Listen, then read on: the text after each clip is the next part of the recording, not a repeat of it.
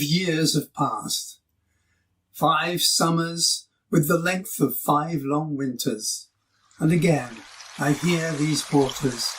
rolling from their mountain springs with a soft inland murmur. Once again do I behold these steep and lofty cliffs that on a wild, secluded scene impress thoughts of more deep seclusion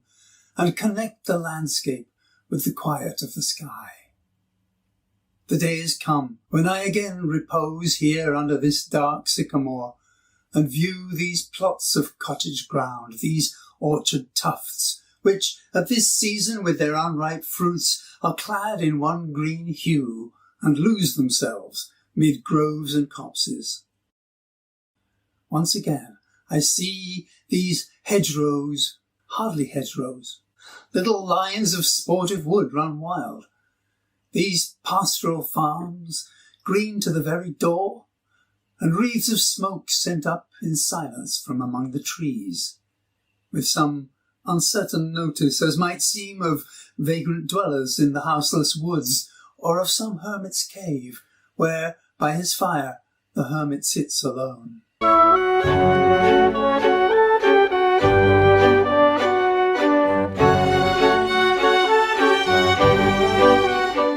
These beauteous forms, through a long absence, have not been to me as is a landscape to a blind man's eye, but oft, in lonely rooms and mid the din of towns and cities, I have owed to them, in hours of weariness, sensations sweet, felt in the blood and felt along the heart, and passing even into my purer mind with tranquil restoration. Feelings, too, of unremembered pleasure, such perhaps as have no slight or trivial influence on that best portion of a good man's life, his little nameless, unremembered acts of kindness and of love. Nor less, I trust, to them I may have owed another gift, of aspect more sublime, that blessed mood in which the burden of the mystery, in which the heavy and the weary weight of all this unintelligible world is lightened, that serene and blessed mood in which the affections gently lead us on until the breath of this corporeal frame and even the motion of our human blood almost suspended, we are laid asleep in body and become a living soul, while with an eye made quiet by the power of harmony and the deep power of joy, we see into the life of things.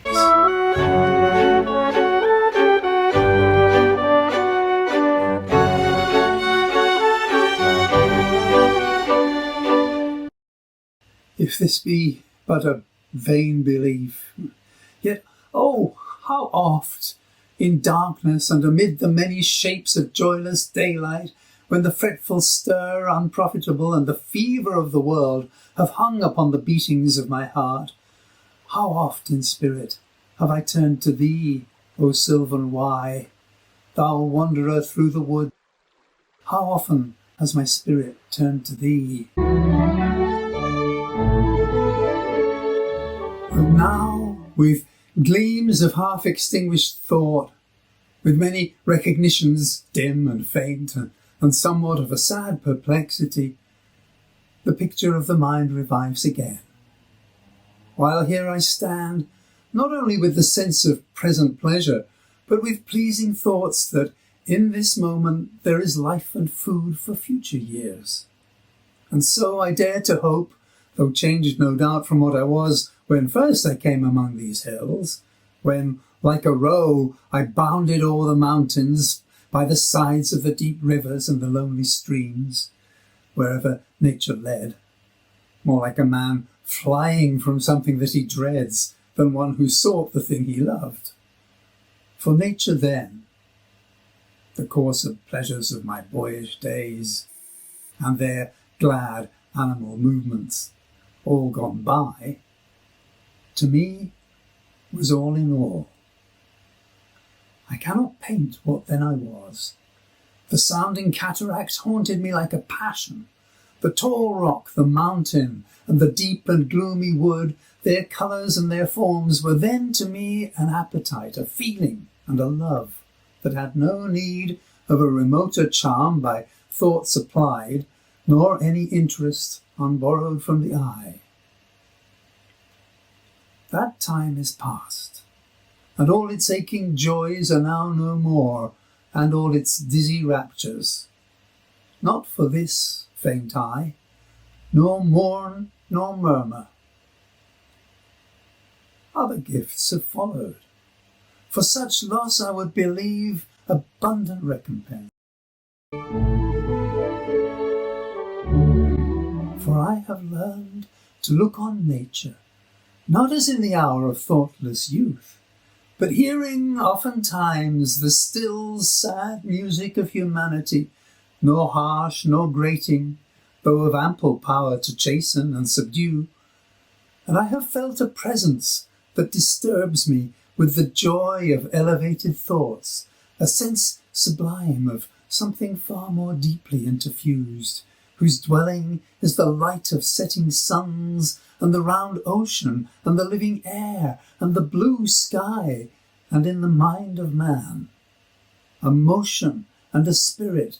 that impels all thinking things, all objects of all thought, and rolls through all things. Therefore am I still a lover of the meadows and the woods and mountains, and of all that we behold from this green earth, of all the mighty world of eye and ear, both what they half create and what perceive, well pleased to recognize in nature and the language of the sense the anchor of my purest thoughts, the nurse, the guide, the guardian of my heart and soul, of all my moral being.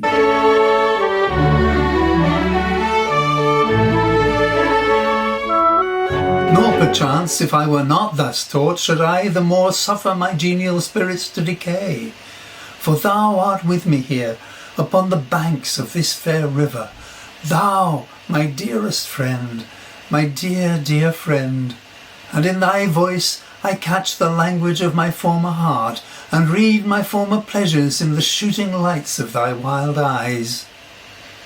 Oh, yet a little while may I behold in thee what I was once, my dear, dear sister. And in this prayer I make, knowing that nature never did betray the heart that loved her, 'tis her privilege, through all the years of this our life, to lead from joy to joy. For she can so inform the mind that is within us, so impress with quietness and beauty, and so feed with lofty thoughts, that neither evil tongues, rash judgments, nor the sneers of selfish men, nor greetings where no kindness is, nor all the dreary intercourse of daily life shall e'er prevail against us, or disturb our cheerful faith, that all which we behold is full of blessings. Therefore, let the moon shine on thee in thy solitary walk, and let the misty mountain winds be free to blow against thee. And in after years, when these wild ecstasies shall be matured into a sober pleasure, when thy mind shall be a mansion for all lovely forms, thy memory be as a dwelling place for all sweet sounds and harmonies, oh, then, if solitude or fear or pain or grief should be thy portion, with what healing thoughts of tender joy wilt thou remember me, and these my exhortations. Nor perchance, if I should be where I no more can hear thy voice, nor catch from thy wild eyes these gleams of past existence, wilt thou then forget that on the banks of this delightful stream we stood together, and that I, so long a worshipper of nature, hither came unwearied in that service, rather say with warmer love, oh, with far deeper zeal of holier love.